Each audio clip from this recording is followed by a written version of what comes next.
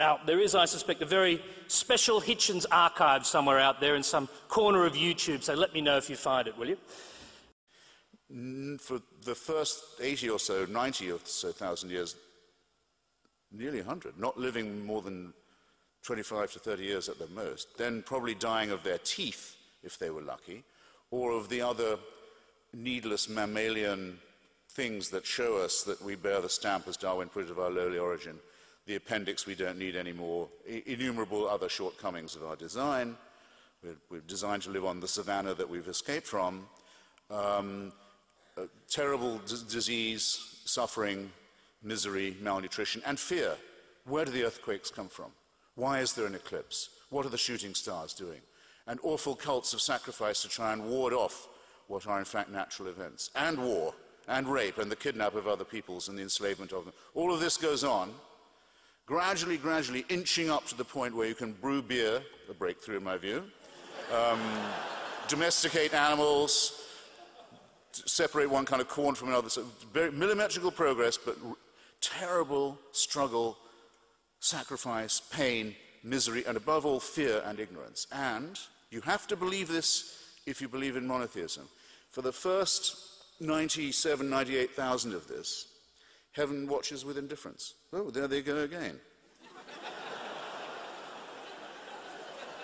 That whole civilization's just died out. Well, what are you going to do? They're raping each other again. They're poisoning they think that the other tribe has poisoned the well, so they're going to kill all their children. All of this. Just watch all that. 3,000 years ago at the most, it's decided, no, we've got to intervene now.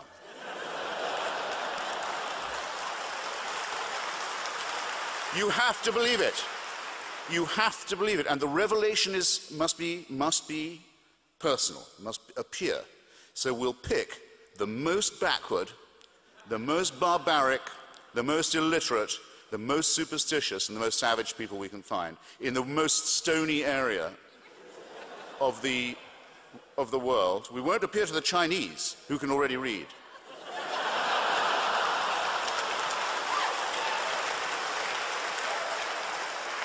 We won't appear in the Indus Valley, where they know a thing or two and they're already, they're very far advanced. No.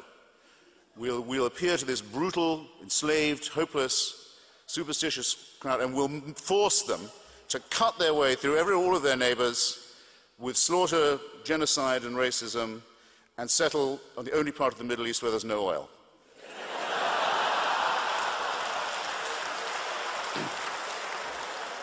And all subsequent revelations occur in the same district. And without this, we wouldn't know right from wrong. Now,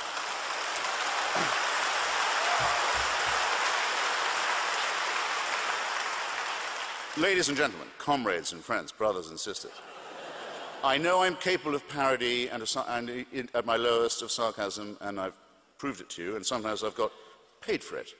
But in seriousness now, do I seriously misrepresent the situation? You must believe something like that happened, or did not, in order to address the whole question of where monotheism comes from. I would say it can't be proved that that isn't how we came to understand the morality and the need for it, but I would regard it in the light of the other evidence I've touched upon as being in the very highest degree improbable. That is the way we discovered how to think, how to decide how to live with one another, what our duties are to each other, and so forth. And I submit it to you in all, no, I'm not going to say humility. I just submit it to you, okay?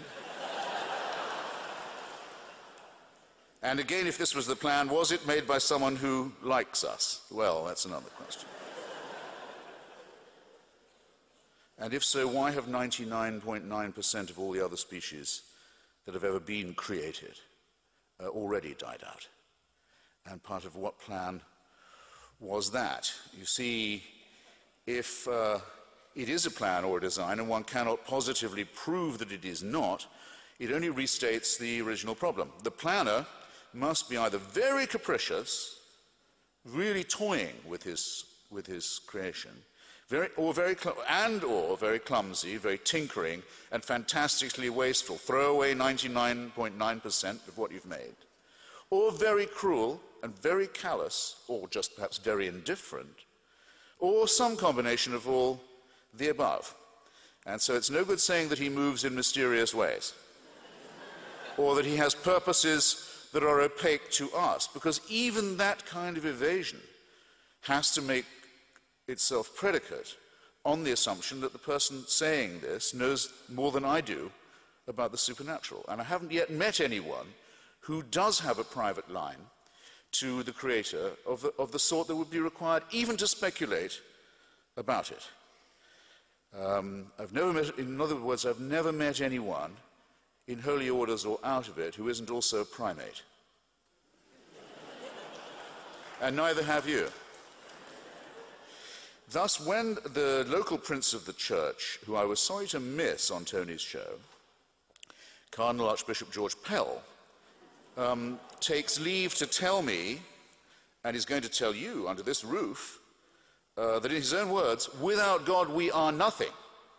My reply is, Your Eminence, please don't talk to me in that tone of voice.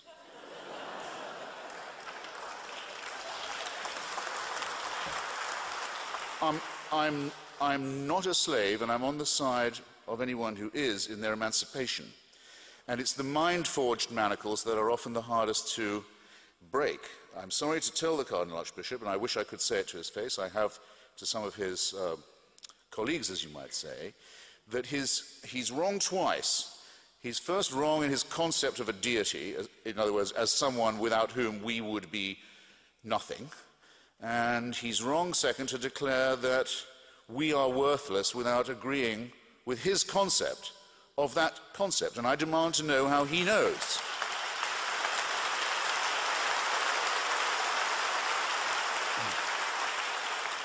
His Eminence is claiming to know more than a primate can possibly know, and he's showing that he knows much less than most primates probably should. So if someone says to me, and I've heard it in my travels, without the dear leader, we are lost. We are nothing. It used to be said in Italy in the Mussolini period, il duce ha sempre ragione. The leader is always right. Mussolini is always right. Ein Reich, ein Volk, ein Führer. We only need one leader, one people, and one regime. All of this has the smack of the totalitarian. And without the leader, we'd be lost. We'd have no choice but to commit suicide. I say, we've come this far with Jim. Let's drink it now. Without him, we're nothing. With most of those sort of invocations, one hears instantly, or rather, I would say one smells instantly, the unmistakable reek, stench of the totalitarian temptation. And we should be armored. It should be innate in us to resist it. And where it isn't, we should learn how to build it up as a matter of survival. But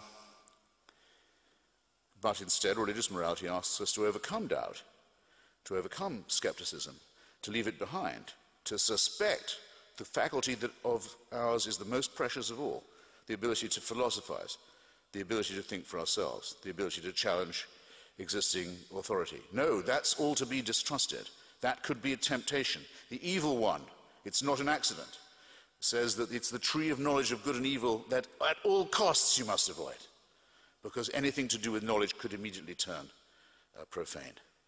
So we know nothing about the quantum except that there is such a thing. That's as far as we've got with it now. We know it works. We know if you use it, you can measure an extraordinary number of things to an amazing degree, but we don't know how it works. We don't know about galaxy formation. We know a lot about our DNA, but we can't yet use it to cure ourselves. We're miles from doing any of that. I won't re-emphasize the incredible amount we don't know about the cosmological, and the uncertainty principles adumbrated by Werner Heisenberg. All we know is that we know much less and less, but at least we know less and less about much more and more. So is this a time to say we don't need any further inquiry? All we need is faith in the boss? I would say not. It's just as when I am asked, when the question is put, is there free will? The believer will say yes, because we've been given it.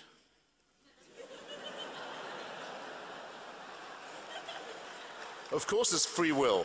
The big guy says so. Who am I to disagree? Well, that seems to me to be absolutely self-cancelling nonsense. If I say, my answer when I'm asked is there free will? I say, yeah, I think there's free will. We have free will. We have no choice. At least